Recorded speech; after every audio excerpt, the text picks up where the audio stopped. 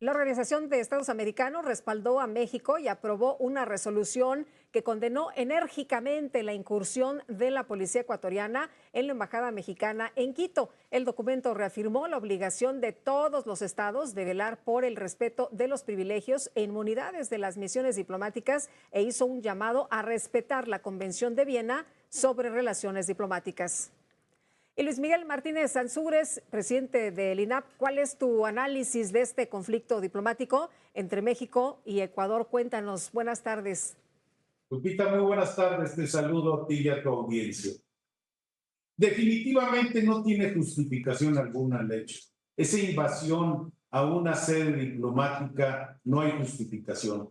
¿Puede explicar este impresentable, ignorante presidente por qué lo es? Es decir, a ver, no me voy a referir a que tenga una educación superior o no. Es un hombre nacido en Miami, creado en un ambiente norteamericano que de por sí no es malo. Lo malo es gobernar países que no conocen y dejarse llevar por su ignorancia y por sus ímpetus y desquites políticos a ese nivel no justifican la invasión de una embajada. Puede tener muchas explicaciones de que la ley no es negociable, en fin, y ahí hay un elemento que debemos analizar. La secretaria de Gobierno de Ecuador es una mexicana que recién tomó posesión. El presidente lo primero que hizo antes de darle el nombramiento es firmar su nacionalidad. No creo que esto tenga algo que ver. Sí creo que tiene mucho de los desquites políticos del presidente con las anteriores administraciones. Pero mira, ni siquiera, Lupita, Augusto Pinochet, que era un dictador y asesino, se atrevió a tanto. Ellos, es decir, agarraron un estadio, el Estadio Nacional, y lo tenían lleno de presos.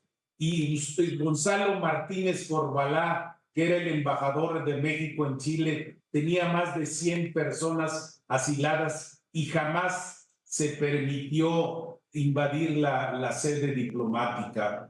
Tenemos ejemplos como la Junta de Gobierno argentina, cuando le dieron golpe de Estado a Héctor J. Cámpora, que quedó de presidente después de la muerte de Perón, estuvo 3 años, más de 3 años y medio asilado en la Embajada de México y tampoco lo hicieron. Y así hay ejemplos varios. Ni Franco en sus momentos más álgidos, cuando se permitió el barco de estos refugiados españoles. Yo creo que se precipitó a una vez que este ex primer ministro ecuatoriano llegó al refugio de la embajada, acelerarle los procesos, crearles cargos, darles prisión preventiva, pero todo eso, aun que fuera cierto y estuviera en tiempos jurídicos, no justifica en ningún aspecto la invasión a la embajada. Hay pronunciamientos ausentes como la Unión Europea,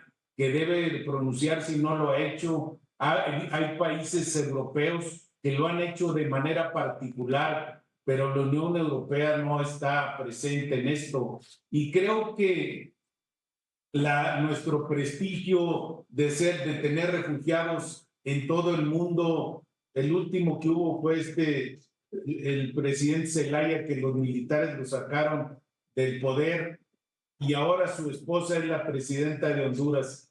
Creo que no puede justificarse por ningún aspecto, porque no es un conflicto interno. Invadió un país y la sede diplomática, que deben estar intocadas de acuerdo a los pronunciamientos. Y cuando tú firmas un tratado internacional de respeto a esas leyes, lo único que está por encima de ese tratado internacional es la Constitución. Y no creo que la Constitución ecuatoriana permita la invasión de sedes diplomáticas extranjeras, Lupita.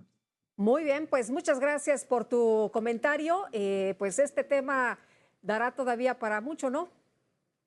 Yo creo que sí, si no se le dan sanciones ejemplares a este impresentable, digo, lástima del gobierno, pero creo que se sentaría un mal precedente. Acuérdate la invasión de la manada aquella de iraníes, del ayatolá que invadieron la embajada norteamericana y tomando rehenes, ¿no? Así es. Y aún así, si no se le dan un ejemplar castigo y sanciones, se puede precipitar a repetir estas acciones en otros gobiernos de gente que no tiene la capacidad política para manejar un país. Luis Miguel, muchas gracias como siempre, que tengas muy buena tarde. Gracias, Lupita. Hasta luego.